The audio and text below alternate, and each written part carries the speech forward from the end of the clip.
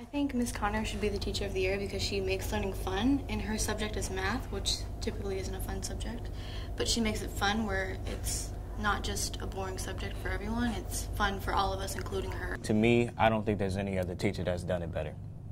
That's all I can really say. I mean, her attitude, she comes to class pumped, willing to do whatever it takes to help you as an individual. You know, she'll step back from the class and be like, okay, now what do you need?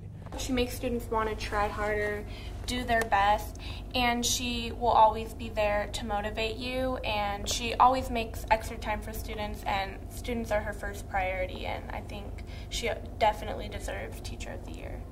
And Miss Connor, she sets an example for every single student that walks into her door. Like, she sets an example, like, you meet her, and then you want to be like her. So I think other teachers will want to be like her if she becomes the Arizona Teacher of the Year. Has anybody gotten to the challenge yet? Number 3, you didn't want to start with the challenge? Why not? Lindsey would make a great Teacher of the Year. When she's teaching in front of the classroom, she instills a love of math in her kids that I haven't seen with other teachers. They come out of her math class and these students want to now be engineers, they want to be mathematicians, they want to major in math in college, and that's so exciting to see our kids come with that love of math that maybe they didn't have before. And she makes math accessible to them. She makes it related to the real world.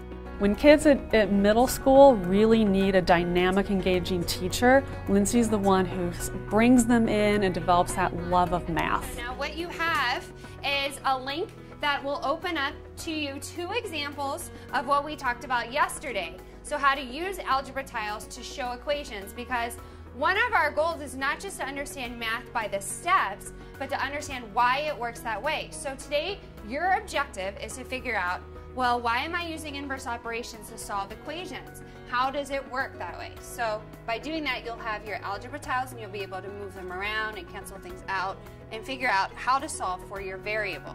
I teach because I want students to have a future. I want to create dreams for kids. I want to give them the skills and the tools that they need to be successful. Because today's kids are living in an environment full of broken homes, poverty, violence, and it's not easy being a kid, and it's especially not easy being a middle school kid, because you have a lot to figure out in life. But being a middle school teacher, I get to work with those kids, and I get to influence them in a way that inspires them and lets them create dreams for themselves.